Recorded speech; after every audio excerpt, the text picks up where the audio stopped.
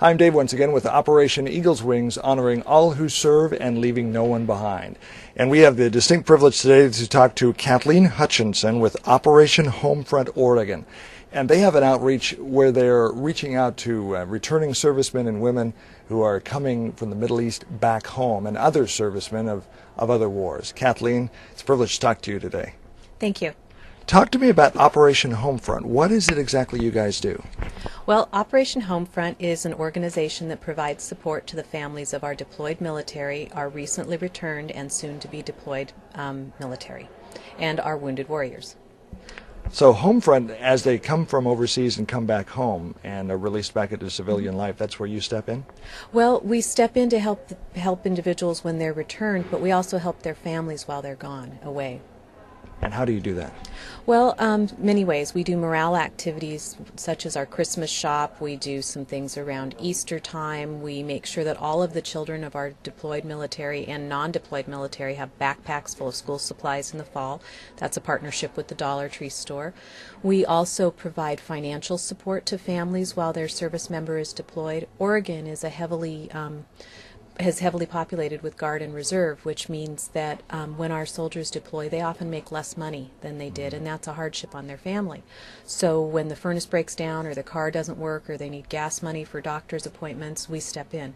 We also run a food pantry and a little shop with household goods and supplies, sheets and blankets and towels and small appliances and things like that donated to us from Bed Bath & Beyond. Now, one of the things we're going to look at is there's a food pantry here that you use to help servicemen and their families. We'll take a look at that here in just a minute. What is the biggest need out there right now? Well, I think overall for our military and our returning people is that our returning military people need jobs, and then they wouldn't need us so much if they were able to find jobs. But for our organization's purposes, we need volunteers, we need our food pantry restocked, so we need donation of non-perishable foods, and we need cash so that we can help in those crises and emergencies that families come across. Now, you mentioned partnership with the Dollar Tree. Mm-hmm. How important are partnerships? For example, if there are business owners that are watching and they don't have a lot of money, but there's some goods and services that they can donate. How important is that? Well, the partnerships are critical. We have several service providers, HVAC systems, auto mechanics, and things like that, where they will donate their labor and we purchase the parts, and that's how we can leverage our funds and their resources and best serve the families. Operation Homefront. Now, we're here in Albany, Oregon today talking to Kathleen. How widespread is your organization, and do you kind of monitor Operation Homefront for the state of Oregon from here in Albany? Yes, we do. We are the headquarters of Operation Homefront for the whole state of Oregon. We provide services to the whole state, any soldier or family of a soldier within the state ranked E1 through E6. Now, we had, at the holiday time, we actually rented a room in a hotel and set up a Christmas shop for the families over on the east side of the mountain. And we distribute goods and backpacks and all those kinds of things with our other promotions throughout the state. So, but we're it for the state. Operation Homefront is a nationwide outreach in the 50 U.S. states? Not all 50 states have Operation Homefront Oregon organizations. There are about 30 right now. National chapter is located in Texas and is celebrating their 10-year anniversary. Oregon has had a chapter since 2006. Are you looking to expand into other cities in Oregon? Yes, in fact, we did have some office space donated to us in the Portland area, and the landlord couldn't accommodate us any longer, so we're looking again for some satellite space in southern, eastern, and the Portland area. How can people help? What's your biggest need right now? I'm sure you could use money. Oh, we can always use money. We'll put it to good use and we'll leverage the resources. But we need volunteers, we need money, we need some space in other parts of the state where we could staff it with volunteers and, have our pantry foods there, pantry items there, and our just the outreach that we're able to do. What kinds of services do you offer? Let's say there's a young man that's stationed overseas and his wife has a young child and they come in here and maybe she's having just trouble coping. Can you help out in that way? Yeah, well, we have people here who have been deployed or are families of deployed soldiers who are volunteers, and they'll oftentimes spend time talking to somebody like that would come in. We would also help them with things like a young woman that maybe has an infant. We have supplies and stuff to do baby showers and things like that for the families. And we also have the ability for families to come in and Skype with their deployed soldier. And this Christmas, what we did in conjunction with Silverman Studios, Jeff Silverman came in and he videotaped holiday messages from families that the families could then send to their deployed soldiers on Christmas. Cool. One of the issues that servicemen are finding in this engagement is TBI, traumatic brain injury, also multiple deployments. And so psychologically, when servicemen come home, they're different. They've been changed by the experience. That could be difficult reacclimating into civilian life, can it? How do you guys interface and help in that way? Well, what we really are able to do is first we refer people to other resources if they're not getting the services they need. Sometimes it's a long wait for the VA, and we're fortunate here at Operation Homefront to have a lot of volunteers who have been there and done that sort of. We've got the people that have come back with PTSD or a traumatic brain injury, and we have the wives of the soldiers who have somebody that's come back with those circumstances, and we will hook them up so they can talk to each other and just have somebody else to vent with or learn the ropes from that's been there and done that. How big is the need out there? I'm sure you interface with, we were talking this morning about Vietnam service veterans that are still needing support, still needing services. And then, of course, we've got the young men and young women that are coming from engagements from today, this era. Need's got to be big. Well, the need is huge, and for our mission is mostly to focus on the current service members. So where I see a huge gap with the Vietnam area veterans, they come in here and we'll help them out as much as we can, but we have limitations because it's not in our mission to help people who are discharged from the military already. The needs that we see, though, are jobs and food and just the ability to become stable.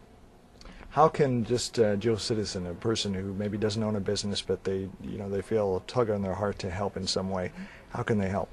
Well, I think we need volunteers, and we need money, and we need food. And maybe it's just spearheading a food drive at your local church, or coming in and volunteering 4 hours a week, and we have it set up so that people can do some volunteering if they're in other parts of the state, because so much is online with the internet. There's a lot of things you can do remotely.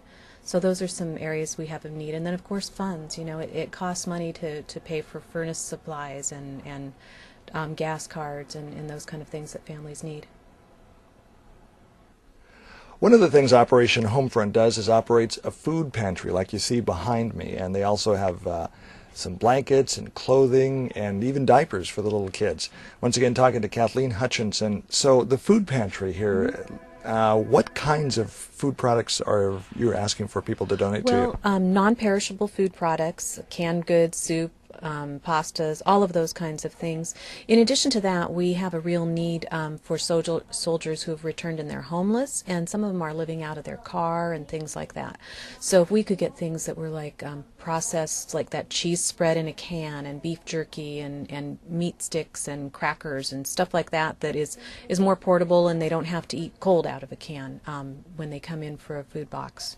So people want to donate to your organization, and they don't live in Albany. But let's say, for example, they do live in Albany. Do they just come here to the mall? Yes, they do. 10 to 6, Monday through Friday. Heritage Mall. Yes. What's the address of the mall if people don't know? We're 1879 14th Street Southeast. Okay. What are you needing right now? We are in need. We need some diapers and baby supplies and wipes, things like that. We are low on shampoos and those kinds of toiletry items.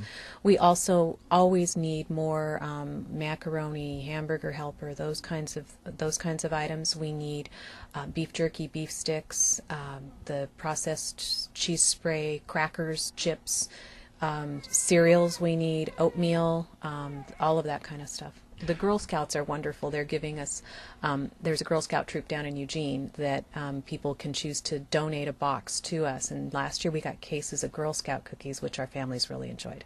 Now, one of the names of the businesses that I've been hearing a lot of today is Bed Bath & Beyond. Mm-hmm. They've done several donations to your organization, haven't they? Right. On a weekly basis, we go to Bed Bath & Beyond's their Eugene store, and then on about a quarterly basis we go up to a store in Vancouver, and they give us items that are discontinued or somebody's returned. They can't resell them. Oftentimes they're in perfectly good condition, so we then put them on our shelves, and we have everything from towels and blankets and sheets to lamps and scales and pitchers and coffee makers. How many of the veterans that are coming in for help are female veterans? We're seeing more women veterans that are serving these days. You know, I haven't counted recently, but I would say about 15 to 20% of the people that come in are the females that are returned from service. Any special needs that they have that people can donate to? Well, you know, feminine hygiene products. They care a lot more about what kind of shampoo they have. Yeah. Many of them are moms now, so again, we go back to the baby supplies and things like that. Okay. Anything else in the food pantry that people need to be aware of that we can help out? Well, we can always use things like good used dishes and the blankets. We have some ladies that make Afghans and things like that we get to our VA. I think those are the main things. Let's say there's somebody watching this video on the internet and they would like to think about having an Operation Homefront in their town. Maybe they're in Burns or Klamath Falls or LeGrand or someplace, and they don't have an outreach there. Mm-hmm. How do they get in touch with you? Well, they would contact our office, and we're always looking for volunteers, so they could sign up as a volunteer very easily. And then if we have enough momentum in an area where we would have enough volunteers to staff a store and a space that was either very inexpensive or free, then we could set them up with similar to what we've got with the food pantry and some Dollar Tree items and those kinds of resources. Operation Homefront is located in the Heritage Mall in Albany, and again we're talking to Kathleen Hutchinson. Now Kathleen, we were talking about the Wounded Warrior Villages, and there's a few of them around the United States. What exactly are the Wounded Warrior Villages? Well, Wounded Warrior Villages are operated by Operation Homefront, and we have 3 of them throughout the country. There is one in California, one in Texas, and one in Washington, D.C. And if you will envision an apartment complex that is set up for wounded warriors and their families to live for free, where while they get their rehabilitation, their medical treatment, you know, learn to read Braille or walk with a prosthetic device or something like that. And then their families, you know, it's like an apartment setting. There's also activities for the families and the wounded soldiers who are there, so that they have a sense of community. And I think one of the things that this is going to do is get people stabilized before they're sent back out into the community, and perhaps alleviate some homelessness. We still have a lot of homeless vets from both Vietnam and the Iraq and Afghanistan conflicts.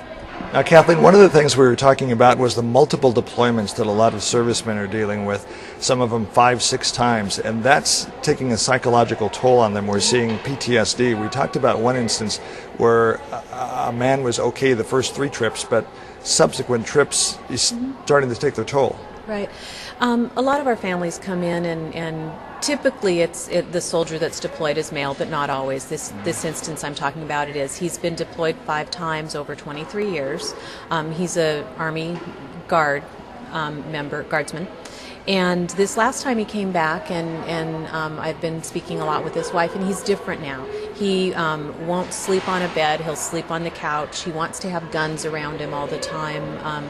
Very fearful, you know, of something on the side of the road or those kinds of things. And after, you know, 4 deployments where he came back and assimilated really well, this 5th one is much different. And you know, we always hope that everybody comes back fine, but post-traumatic stress syndrome is taking its toll on our families. Okay, one of the things, now I'm going to step aside here and we'll take if the camera, if you can take a look at this shot, and we're seeing a lot of men specifically that are coming out without limbs because of the IEDs that are used. They're not usually strong enough to kill, but they are strong enough to maim, so we are seeing a lot of loss of limbs.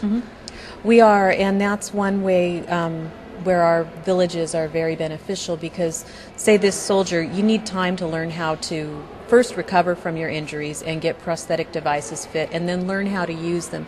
In our villages, they would have access to that and have a stable home life for them and their family while they go through that process, rather than, say, someone here in Oregon might have to go up to Fort Lewis on a regular basis to try to get the same sort of services, and you just can't logistically do that as easily and still be able to maintain that cohesive family unit.